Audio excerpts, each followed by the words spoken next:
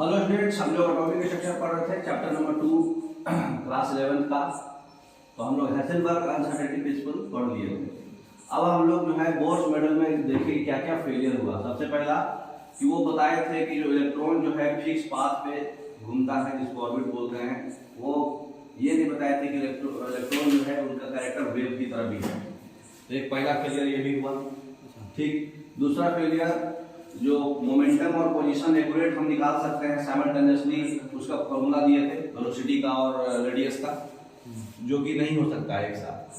हेसेनबर्ग भी मतलब बताया कि भाई अनसर्टेनिटी है, पोजीशन और मोमेंटम है, एक साथ एक्यूरेटली नहीं निकाल सकते आप। तो दो फेलियर हुआ इनका बोर्स मॉडल का, दो इनका ड्रॉबैक है ना। नेक्स्ट, तो जो बोर्स मॉडल का जो फेलियर है, क्वांटम मैकेनिक्स इससे डेवलप हुआ। तो क्वांटम मैकेनिक्स डेवलप हुआ, वो जो है हेसेनबर्ग और इरविन श्रोडिंगर दो लोग मिलकर इंडिपेंडेंटली जो है क्वांटम मैकेनिक्स को डेवलप किए थे 1926 में। 26 हाँ, ये देख के 1926 में हेसेनबर्ग और श्रोडिंगर ये दो लोग जो है क्वांटम मैकेनिक्स डेवलप किए बोर्स मॉडल फेलियर होने के बाद। ठीक है, क्योंकि बोर्स मॉडल बाकी हद तक तो सही रहा। जे थॉमसन में ड्रॉबैक जो क्लियर हुआ, रदरफोर्ड में रदरफोर्ड का ड्रॉबैक क्लियर हुआ बोर्स मॉडल। अब बोर्स मॉडल का ड्रॉबैक क्लियर होगा क्वांटम मैकेनिक्स में। ठीक है, तो क्वांटम मैकेनिक्स जो है हेसेनबर्ग हम लोग कल पढ़ चुके थे। तो बताइए बोर्स मॉडल में इसका क्या क्या जो है फेलियर हुआ। दोनों श्रोडिंगर वेव इक्वेशन और हेसेनबर्ग दोनों जो है बोर्स मॉडल का ड्रॉबैक है ना, फेलियर हो गया। तो अब है क्वांटम मैकेनिक्स मॉडल, इसमें हम लोग पढ़ेंगे कि इसका क्या क्या कैरेक्टरिस्टिक्स है। ठीक है, क्या क्या फीचर्स है। तो पहला, जो भी इलेक्ट्रॉन में एनर्जी होता है एटम में, वो फिक्स होता है, मतलब क्वांटाइज होता है, मतलब फिक्स है। ग्राउंड स्टेट से एक्साइटेड स्टेट में एनर्जी आएगा तो एनर्जी बढ़ेगा, लेकिन फिक्स है कितना है। अब अगर एनर्जी ग्राउंड स्टेट से n=1 पे जा रहे हैं, 2 पे जा रहे हैं, अलग होगा, 3 पे जा रहे हैं, अलग होगा, 4 पे जा रहे हैं, अलग होगा, लेकिन वो फिक्स रहेगा, चेंज नहीं होगा, मतलब क्वांटाइज रहेगा। मतलब ठीक है, मतलब यहाँ पे एनर्जी ग्राउंड स्टेट में आपका 5 था, यहाँ 7 हो जाएगा, यहाँ 8 हो जाएगा, 9, ऐसा नहीं बदल जाएगा, फिक्स होगा लेकिन चेंज करेगा। ठीक है, नेक्स्ट, तो जो क्वांटाइजेशन ऑफ एनर्जी इलेक्ट्रॉन का जो है बोर्स मॉडल से एग्री कर रहा है, यस या नो। बोर्स मॉडल तो बोले थे कि एनर्जी फिक्स रहेगा, है ना। हाँ, लेकिन इलेक्ट्रॉन का जो क्वांटाइजेशन है बोर्स मॉडल बोले थे, इसलिए एग्री कर रहा है। नेक्स्ट, क्वांटम मैकेनिकल मॉडल का पहला तो सही है भाई, बोर्स मॉडल उसमें फेल नहीं कर रहा। दूसरा बोल रहे हैं कि जो क्वांटाइज फिक्स जो इलेक्ट्रॉनिक का एनर्जी होता है उसका एक लेवल होता है। ठीक है, और वो जो है वेव नेचर पे फॉलो करता है। और वेव नेचर क्या, कौन सा इक्वेशन फॉलो करता है, श्रोडिंगर का वेव इक्वेशन फॉलो करता है। ये इसको बोलते हैं साई, ये जो सिंबल है ना, इसको साई बोलते हैं। तो del 2 psi by del x square, del 2 psi by del y square, del 2 psi by del z square plus 8 pi square m by h square plus constant, सब जान रहे हैं आपको क्या है। E एनर्जी है माइनस v और into psi equal to 0। ये श्रोडिंगर का इक्वेशन है जो वेव है, क्योंकि यहाँ del 2 है तो वेव इक्वेशन है। तो ये इक्वेशन जो है इलेक्ट्रॉन का ही है, क्वांटाइजेशन ही है, फिक्स एनर्जी लेवल है, लेकिन एक वेव की तरह है। तो वेव तो नहीं बताए थे बोर्स मॉडल, तो ये बोर्स मॉडल का फेलियर है, लेकिन क्वांटम मैकेनिकल मॉडल में श्रोडिंगर वेव इक्वेशन बताया गया है। नेक्स्ट, तो बताइए जो E और V जो है श्रोडिंगर वेव इक्वेशन में क्या होता है। E और V क्या है, ऑप्शन आपके पास है, बताइए A B C D कौन सा होगा। E क्या है, टोटल एनर्जी। जब भी E लिखे तो टोटल एनर्जी है, वेव है तो काइनेटिक एनर्जी होगा। हाँ, V है तो काइनेटिक एनर्जी होगा, पोटेंशियल एनर्जी। ठीक, काइनेटिक एनर्जी क्यों नहीं होगा यहाँ पर, क्यों पोटेंशियल एनर्जी होगा, फिक्स ऑर्बिट में इसलिए, क्योंकि फिक्स ऑर्बिट में है, उसका फिक्स बात है। और अभी पहला ही लाइन बताया गया कि क्वांटाइजेशन है, तो एनर्जी वेरी नहीं कर रहा ना। जब वेलोसिटी आएगा तब तो काइनेटिक एनर्जी आएगा, यहाँ पर सिर्फ और सिर्फ पोजीशन पर है तो पोटेंशियल एनर्जी होगा।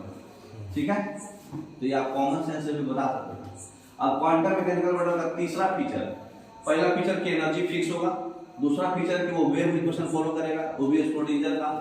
तीसरा फीचर है कि ये मोस्ट प्रोबेबल रीजन बताएगा एक एटम का, जहां पे आप प्रोबेबिलिटी है कि सबसे ज्यादा पाया जाएगा इलेक्ट्रॉन। ये रीजन को हम लोग ऑर्बिटल बोलते हैं। जैसे हाइड्रोजन का ऑर्बिटल जो है 1s एनर्जी लेवल पे पाया जाएगा। ये एग्जैक्ट नहीं बता सकते आप पोजीशन, क्योंकि हासिल पर पता है ना अभी कि आप पोजीशन और मोमेंटम मतलब वेलोसिटी उसका एग्जैक्ट एक साथ नहीं निकाल सकते। अगर पोजीशन को आप एक्यूरेट निकाले तो वेलोसिटी का बढ़ा जाएगा, ज्यादा डिफेक्ट आएगा उसमें। वेलोसिटी को ज्यादा एक्यूरेट निकाले तो पोजीशन में डिफेक्ट आएगा। एग्जैक्ट आप नहीं बता सकते, लेकिन इतना बता सकते हैं कि हाँ इसी अराउंड में ज्यादा होगा, ठीक है। तो वह बताया है जिस एरिया में, जिस रीजन में सबसे ज्यादा पाए जाने का संभावना है, प्रोबेबिलिटी, उस एरिया में, उस एरिया को हम लोग ऑर्बिटल बोलेंगे उसका। वो ऑर्बिटल जो है हाइड्रोजन जो है 1s ऑर्बिटल में सबसे ज्यादा एनर्जी पाया जाएगा उस इलेक्ट्रॉन का पाए जाने का, ठीक है। तो हर एक का ऑर्बिटल अपना अपना होगा कि किस ऑर्बिटल में कौन सा इलेक्ट्रॉन पाया जाएगा ज्यादा, ठीक है। नेक्स्ट, तो ऐसा रीजन जहां पे probability of finding electron maximum है, मतलब इलेक्ट्रॉन का पाए जाने का संभावना सबसे ज्यादा है, उस रीजन को क्या बोलते हैं अभी बताएं आपको? ऑर्बिटल, है ना। जैसे 1s ऑर्बिटल था हाइड्रोजन का, ऑर्बिटल बोलते हैं उस एरिया रीजन को। नेक्स्ट, चौथा क्या है? चौथा है कि जो एटॉमिक ऑर्बिटल है वो हम लोग वेव इक्वेशन साई बताए थे आपको, वेव इक्वेशन से बता सकते हैं, डिस्क्राइब किया जा सकता है। वेव इक्वेशन जो है एम्पलीट्यूड में ऐसे ऐसे वेरी करता है ना। एक वेव इक्वेशन है ए, एक दूसरा वेव इक्वेशन है बी। ज्यादा कौन मतलब वेरी, मतलब ज्यादा स्पीडली और वेरी कौन कर रहा है वेव? जो जितना ऊपर जाएगा, इतना ऊपर गया ज्यादा, ये ज्यादा, मतलब इसका एम्पलीट्यूड ज्यादा है, ठीक है। तो आप वेव इक्वेशन जो है, जो इक्वेशन था ना डेल टू साई वाई, वो श्रोडिंगर वेव इक्वेशन, उसके मदद से आप इलेक्ट्रॉन के ऑर्बिटल के बारे में डिस्क्रिप्शन बता सकते हैं। कैसे बताएंगे वो आगे बताया जाएगा आपको, है ना। नेक्स्ट, तो वेव फंक्शन जो होता है इलेक्ट्रॉन का वो क्या है? श्रोडिंगर वेव इक्वेशन का सॉल्यूशन है। सही है कि गलत? सही है ना। श्रोडिंगर इक्वेशन का ही तो वेव है, वेव फंक्शन है। तो चौथा क्या हम पढ़े? पहला क्या पढ़े? एनर्जी क्वांटाइज रहेगा। दूसरा हम लोग क्या पढ़े? ये क्वांटम मैकेनिक्स मॉडल का फीचर्स है। पहला फीचर्स एनर्जी क्वांटाइज होगा, दूसरा वो वेव इक्वेशन फॉलो करेगा जो श्रोडिंगर साहब दिए थे। तीसरा क्या था? तीसरा क्या पढ़े? जो प्रोबेबिलिटी है, संभावना है पता लगाने का, सबसे ज्यादा जहां पाया जाएगा उसको हम लोग ऑर्बिटल बोलेंगे, ठीक। और चौथा हम लोग पढ़े कि जो ऑर्बिटल है, ऑर्बिटल का जो सॉल्यूशन है वो श्रोडिंगर इक्वेशन को जो सॉल्व करेंगे, जो आंसर आएगा, जो सॉल्यूशन आएगा वो बताएगा उसका वेव फंक्शन, है ना।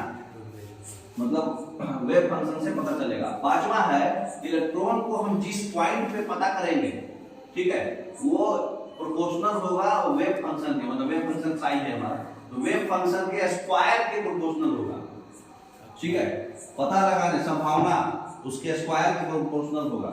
जैसे 1s 2s 3s, तो ये सेंटर में जो होता है उसको नोड बोलते हैं, ठीक है। व्हाइट वाला जो है नोड है, तो व्हाइट वाला नोड्स का आता है, और ये सब ऑर्बिटल है। 1s एक एनर्जी, एक पर्टिकुलर एनर्जी लेवल का ऑर्बिटल, ये एक पर्टिकुलर एनर्जी लेवल का ऑर्बिटल, इससे ज्यादा एनर्जी है उसका, इससे ज्यादा एनर्जी है इसका, ठीक है। ऑर्बिटल है। ऑर्बिटल क्या होता है? ऐसा एरिया, ऐसा रीजन जहां पर सबसे ज्यादा इलेक्ट्रॉन पाए जाने का संभावना होता है ना। जो कौन बताया है? श्रोडिंगर साहब भी बताया है। तो वो जो प्रोबेबिलिटी जो होगा कोई भी पर्टिकुलर पॉइंट पे, वो वेव फंक्शन के स्क्वायर के प्रोपोर्शनल होगा, ठीक है, साई स्क्वायर के प्रोपोर्शनल होगा। नेक्स्ट, तो बताइए स्क्वायर ऑफ वेव फंक्शन जो होगा उसको हम लोग क्या बोलते हैं? प्रोबेबिलिटी डेंसिटी, है ना। तो डेंसिटी बोलते हैं। क्यों डेंसिटी बोलते हैं? क्योंकि वहां पर मैक्सिमम पाया जा रहा है इलेक्ट्रॉन, है ना। नेक्स्ट, अगला फीचर्स क्या है मैकेनिकल मॉडल का, क्वांटम मॉडल का? अगला फीचर्स ये है कि 3 कांस्टेंट इसमें दिया गया, जो बताया जाएगा कि जिससे हम पता कर सकते हैं पोजीशन और एनर्जी इलेक्ट्रॉन का। कोई भी पर्टिकुलर इलेक्ट्रॉन का एनर्जी और पोजीशन को अगर फिक्स करना है, स्पेसिफाई करना है, जरूरत है हमको पता करने के लिए, तो उसमें 3 कांस्टेंट है। कौन कौन? S, P और D, है ना। S, P, D ये ऑर्बिटल है, जिससे हमको पता चलेगा कि क्वांटम नंबर, मतलब इसको बोलते हैं 1s 2s फिर 3s, और 3 का P, D, F, है ना। तो 1 2 3 क्या है? ये कांस्टेंट्स है ना। तो ये S का अलग है, P का अलग है, बताया जाएगा आगे कैसे लिखा था ये। तो ये जो तीन कांस्टेंट है इससे हमको पता चलता है। तो कितने क्वांटम नंबर है श्रोडिंगर वेव इक्वेशन से पता चला है? 3। अभी पढ़ेगा 3 कांस्टेंट, तो 3 क्वांटम नंबर श्रोडिंगर इक्वेशन से पता चलता है। तो ऑर्बिट और ऑर्बिटल में क्या अंतर है? ऑर्बिट एक पाथ है, एक वेल डिफाइंड पाथ है जिसके अराउंड न्यूक्लियस के चारों ओर जिस पे इलेक्ट्रॉन मूव करता है, ठीक है। ऑर्बिटल क्या है? ये एक एरिया है, रीजन है, स्पेस है जो न्यूक्लियस के चारों ओर होगा जहां पे इलेक्ट्रॉन सबसे ज्यादा पाया जाएगा, है ना। ये क्या बताएगा? ये इलेक्ट्रॉन के प्लेनर मोशन को बताता है, 2 डायमेंशनल मोशन, है ना। 2 डायमेंशनल मोशन बताता है, ये 3 डायमेंशनल मोशन बताता है इलेक्ट्रॉन का। और ऑर्बिट क्या है? एक डिफरेंट पाथ है इलेक्ट्रॉन का, ठीक है। और ये कांसेप्ट जो है अनसर्टेनिटी प्रिंसिपल पे नहीं बताया गया था, उसके अकॉर्डिंगली ये नहीं है, क्योंकि डिफरेंट पाथ नहीं होता। आप पोजीशन नहीं बता सकते 100% एक्यूरेट, तो पोजीशन 100% एक्यूरेट नहीं बता सकते तो अनसर्टेनिटी प्रिंसिपल तो फेल कर जाएगा यहाँ, लेकिन अनसर्टेनिटी प्रिंसिपल फेल नहीं किया है, सही बात है वो। तो ये गलत है। ऑर्बिट बोल रहा है कि डिफरेंट पाथ पे जाता है, लेकिन वो गलत बात है। हाँ, ऑर्बिटल बता रहा है क्योंकि ये खाली बता रहा है कि इस एरिया में सबसे ज्यादा पाया जाएगा, ये थोड़ी बता रहा है कि यहीं पर पाया जाएगा, एक्यूरेट नहीं बता रहा ना। तो ये डिफरेंट पाथ नहीं बताता है, खाली ये बताता है कि इस रीजन में कहीं भी पाया जाएगा लेकिन ज्यादा पाया जाएगा। तो ये अनसर्टेनिटी प्रिंसिपल को वैलिड है। तो हमको ऑर्बिटल ज्यादा वैलिड है ऑर्बिट की अपेक्षा। ऑर्बिट का डेफिनेशन हम लोग बोर्स मॉडल में पढ़े थे, ऑर्बिटल का डेफिनेशन हम लोग हाइजेनबर्ग में पढ़े और श्रोडिंगर वेव इक्वेशन से पढ़े, है ना। नेक्स्ट, तो 3 डायमेंशनल नेचर कौन होता है? ऑर्बिटल। ऑर्बिट तो 2 डायमेंशनल है ना। नेक्स्ट, अब बताइए कि हाइजेनबर्ग अनसर्टेनिटी प्रिंसिपल से कौन एग्री करता है, ऑर्बिट या ऑर्बिटल? ऑर्बिट तो क्लियर पाथ फिक्स बताया, जो कि हम पता नहीं कर सकते। ऑर्बिट क्या है? फिक्स पाथ बता रहा है इलेक्ट्रॉन का, जो नहीं है। इलेक्ट्रॉन को आप एग्जैक्ट नहीं पता कर सकते क्या पोजीशन है, खाली उसका एरिया पता सकता है कि हाँ इस एरिया में ज्यादा होगा। ऑर्बिटल हाइजेनबर्ग से वैलिड है। तो जितना भी ऑर्बिट्स होता है, सारा ऑर्बिट्स क्या होता है? सर्कुलर होता है। लेकिन ऑर्बिटल्स का शेप सर्कुलर नहीं होता है। एस भी होगा, एस ऑर्बिटल जो होगा वो स्फेरिकल शेप का होता है। पी ऑर्बिटल जो होता है डम्बल शेप का होता है, जिससे आप वो बॉडी बनाते हो। तो ऑर्बिट्स जो है डायरेक्शनल कैरेक्टरिस्टिक्स है, इस नहीं है डायरेक्शन नहीं बताता ना, वो फिक्स बता दिया कि हाँ इस पाथ पे घूमेगा। लेकिन एस ऑर्बिटल को छोड़ के बाकी सब ऑर्बिटल जो है डायरेक्शन बताएगा, आगे पढ़ोगे, ठीक है। एस ऑर्बिटल नहीं बताता है, वो स्फेरिकल होता है। बाकी सब जो है डायरेक्शनल कैरेक्टरिस्टिक्स है, मतलब अलग अलग डायरेक्शन में अलग अलग बिहेवियर होगा। तो एक ऑर्बिट को आप मैक्सिमम जो है 2n², n जो है उसका क्वांटम नंबर है, तो 2n² आप उसमें एकोमोडेट कर सकते हो, रख सकते हो इलेक्ट्रॉन। लेकिन एक ऑर्बिटल में ऐसा कुछ नहीं है, 2 इलेक्ट्रॉन से ज्यादा कभी नहीं होगा। एक ऑर्बिटल में मैक्सिमम 2 इलेक्ट्रॉन, ठीक है। तो ये है ऑर्बिटल, क्योंकि ये 3D है, ये है ऑर्बिट, ये 2D है, ये सर्किल है, ये स्फीयर है। अंतर समझ में आ रहा? सर्किल और स्फीयर में अंतर समझ में आता ना। जो चूड़ी पहनते हैं लड़कियां वो सर्किल है, लेकिन जो बॉल है, फुटबॉल या फिर क्रिकेट बॉल जो सॉलिड होता वो ऑर्बिटल है, समझ रहे? नेक्स्ट, तो डायरेक्शनल नेचर कौन होता है, ऑर्बिट की ऑर्बिटल? ऑर्बिटल, क्योंकि ये पी ऊपर अलग नीचे अलग, देखिए पी का देख रहे हैं डायरेक्शन अलग अलग होता है। एस का तो छोड़ दो, एस को छोड़ के बाकी सब ऑर्बिटल डायरेक्शनल होता है, डायरेक्शन चेंज हो जाएगा। देखो ऐसे है, ऐसे है, सीधा है, और ये ऑर्बिट नहीं होता डायरेक्शनल, तो सर्कुलर है, क्या डायरेक्शन होगा उसका? नहीं। ऑर्बिट जो है बिग बिल्डिंग है, बड़ा सा बिल्डिंग है ना, बड़ा सा बिल्डिंग जो है बस बढ़ते चल जाता है एक ही डायरेक्शन में। ऑर्बिट जो होता है वेल डिफाइंड एक सर्कुलर पाथ होता है न्यूक्लियस के चारों ओर, जिसमें इलेक्ट्रॉन घूमता है। एक न्यूक्लियस है, इसके चारों ओर k shell, m shell, n shell, l shell जो भी है, तो ये जो सेल में घूम रहा है ये फिक्स पाथ है, इसको हम क्या बोलते हैं? ऑर्बिट। ये 2D है। नेक्स्ट, उसका सब सेल क्या होगा? अब जैसे बिल्डिंग है, बिल्डिंग खाली क्या हुआ? ऑर्बिट। अब बिल्डिंग के अंदर किचन कहाँ होगा, बेडरूम कहाँ होगा, बाथरूम कहाँ होगा, है ना। तो ये फ्लैट हो गया, तो ये सब सेल हो गया। जैसे k सेल m सेल पढ़े थे, वो क्या है? सेल है, बिल्डिंग। अभी बिल्डिंग के अंदर सब सेल है, किचन कहाँ है, बाथरूम कहाँ है, बेडरूम कहाँ है ना। तो ये फ्लैट क्या हो गया? सब सेल। तो सब सेल क्या होगा? सेल के अंदर फिर से ग्रुप किया गया है 4 टाइप में, S P D and F, ठीक है। तो ये जो है क्या हुआ, सब सेल है ना, ऑर्बिटल। तो ये क्या हुआ, ऑर्बिट हमारा बिल्डिंग है, ऑर्बिटल हमारा क्या है, उसके अंदर रूम फ्लैट है ना। तो बिल्डिंग और फ्लैट में अंतर समझ रहे। तो जो बिल्डिंग है वो ऑर्बिट है, लेकिन जो बिल्डिंग के अंदर का मामला है वो क्या है, ऑर्बिटल, एसबीटीए, सब सेल इसको बोलते हैं। नेक्स्ट, तो बताइए सोसाइटी में जितने भी घर हैं ऑर्बिट में कितना होगा। जैसे सोसाइटी में बहुत सारे घर होते हैं, उसी तरह से एक ऑर्बिट में बहुत सारा सब सेल होगा, है ना।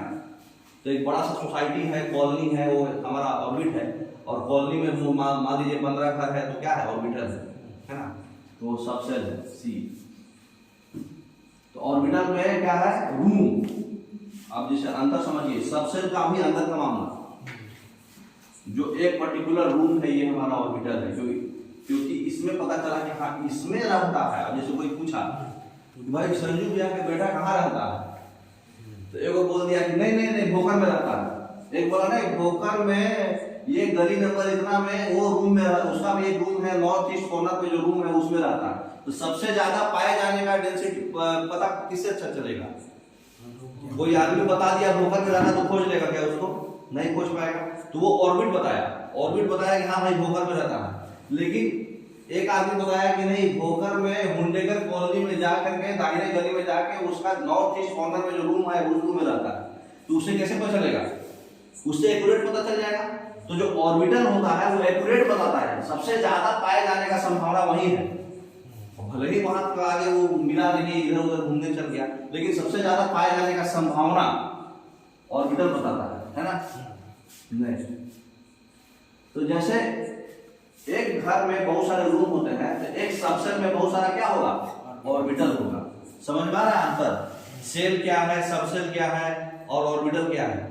सेल, सबसेल, ऑर्बिटल को आप कैसे समझ सकते हैं, बिल्डिंग से। जो हमारा कॉलोनी है वो सेल है, कॉलोनी में ऑर्बिट है, मतलब है ना।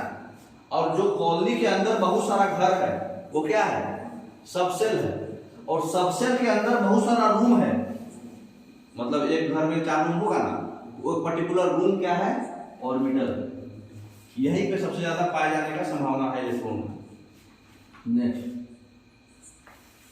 ऑर्बिटल जो होता है 3D स्पेस होता है। सबसेल के अंदर जो सबसे ज्यादा 2 ही इलेक्ट्रॉन मैक्सिमम रख सकता है, एक बेडरूम में 2 ही लोग रख सकते हैं ना मैक्सिमम, तो 2 ही इलेक्ट्रॉन इसमें रहेगा। एस सबसेल में ऑर्बिटल 1 बोलते हैं उसको, मैक्सिमम नंबर ऑफ इलेक्ट्रॉन 2 रहेगा। पी सबसेल में 3 ऑर्बिटल है, तो 3 दूनी 6 रहेगा। डी सबसेल में कितना ऑर्बिटल होता है, 5, इलेक्ट्रॉन 10 रहेगा। एफ सबसेल में कितना होता है, 7, तो इलेक्ट्रॉन 14 रहेगा, क्योंकि एक सबसेल में 2 इलेक्ट्रॉन रह सकते हैं, ठीक है। और एक ऑर्बिटल में, सॉरी, एक ऑर्बिटल में मैक्सिमम 2 इलेक्ट्रॉन। बेडरूम से समझ लो, एक बेडरूम में 2 ही लोग रख सकते हैं। कहीं बाहर होटल लेने जाओगे तो एक बेडरूम में 2 ही परमिट किया जाता है ना। तो 1 3 5 7 इसका क्या है, ऑर्बिटल, ये मैक्सिमम इलेक्ट्रॉन है। तो मैक्सिमम नंबर ऑफ इलेक्ट्रॉन एक ऑर्बिटल में कितना होगा, 2। एक रूम में 2 ही लोग रहेंगे। नेक्स्ट, तो समझ में आ गया बेसिक। अब आगे हम लोग और समझेंगे, फिलहाल बेसिक इतना काफी है। Okay, thank you.